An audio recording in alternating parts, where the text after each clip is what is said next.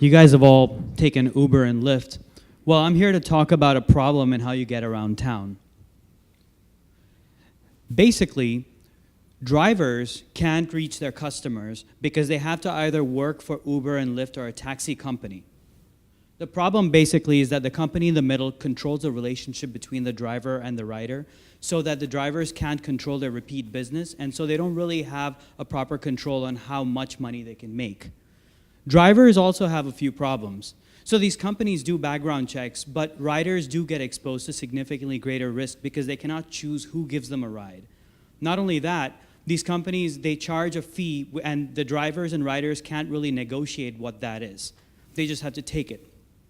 Lastly, there are so many different services that include transportation, so people have numerous applications. They don't have a single app from which they can just ask for a variety of transportation-related services from providers. The way it works today is if you want to get an Uber, you're going to go ahead and send a request on an app, and that's handled by a middleman, which is the Uber company.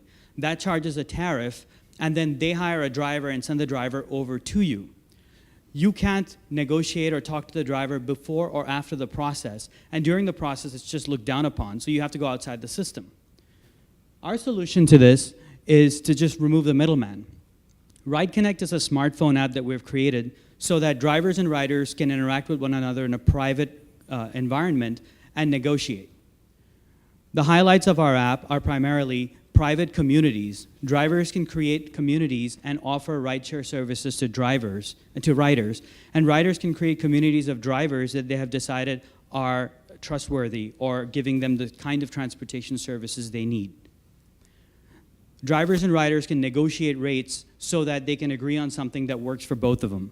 Not only that, riders can conduct background checks using a third-party company that we work with so that they have the assurance that the drivers are actually the kind of people that they want to be driven around by.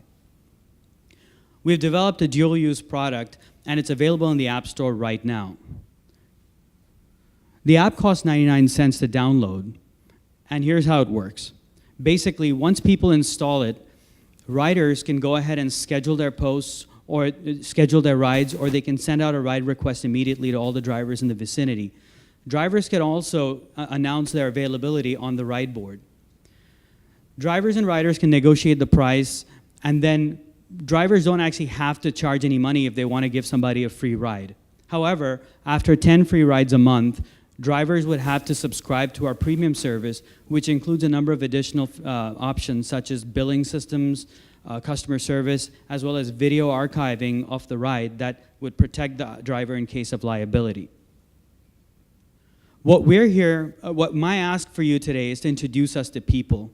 Our apps are available on the stores, and we're looking to meet companies that could use our app for their corporate carpools and ride shares, or even investors, journalists, and anybody else that can get our app in front of more people. Not only that, you should download RideConnect as well. You don't have to be a professional car service driver to actually use it. You could just download it and create your rideshare and start using it with your family, your community. Even this group could use it right away. Lastly, anybody in the transportation industry that can tell us something that we don't know or that could give us some advice, we're looking to talk to you about that. My name is Santosh Krishnan, and I'm the founder and CEO of RideConnect. And Alan Pichardo is my CTO, but he couldn't make it out here today. You can reach us at our Twitter account, and do check out our website, and definitely download the app. Thank you.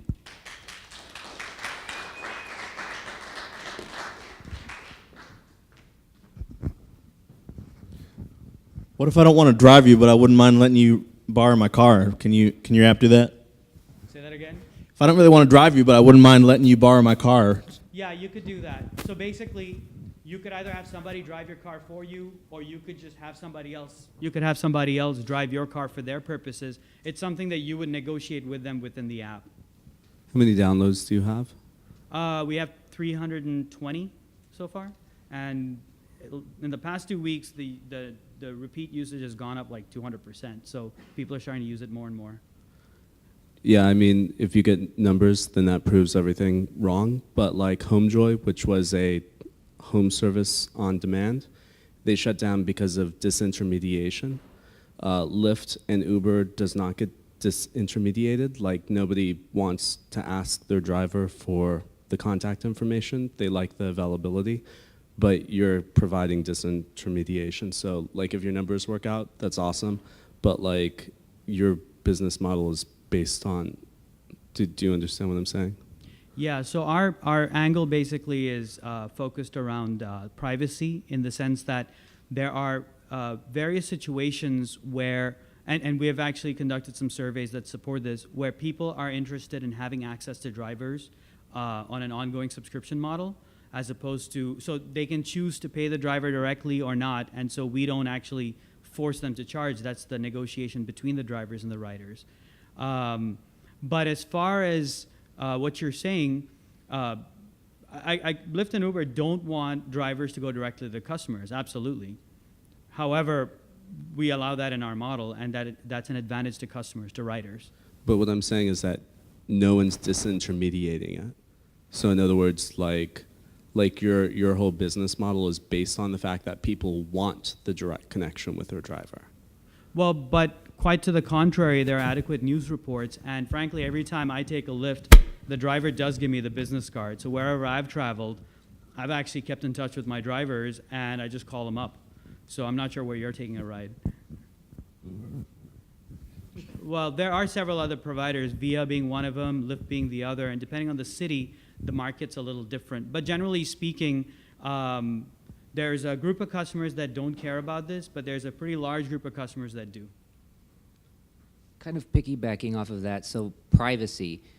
How do you attract people who like riding anonymously? Like for me, I love the idea of having a service where the rate is already set, and I don't have to worry about getting in a cab and having the guy turn the meter off and tell me give me cash, or I'm going to drop you off.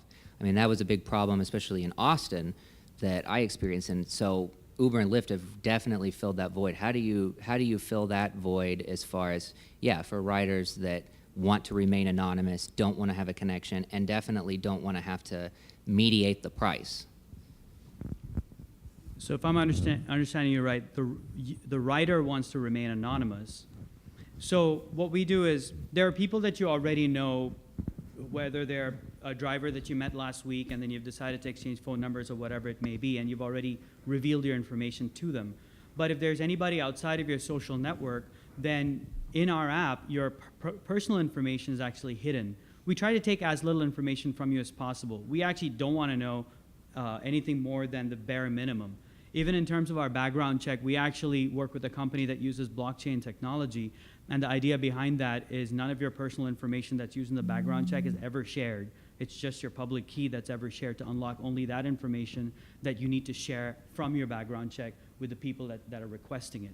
So we're hoping that we can advance that further by even reducing the little bit of information you take, like your name, and at the moment we can't do that. We need some minimum information. Ultimately, you don't have to share that with the driver until you actually get into the car, because at the final step to negotiate the price, you do have to give a little more information. No, it's before the ride. So my question is pretty quick. It sounds like there might be a miscommunication too, but yours is like for organizations and groups to share rides too, right? And like schools and Yes. PTAs and those kinds of things that have a protected private network. Like there's a cop, a police operated car sharing agency, right? It's only police, so they might be able to use this platform to do that Precisely. instead. So you can use It's it not for necessarily your company public. ride share if you wanted to, and only the people in that group for your company ride share will be able to share rides with each other.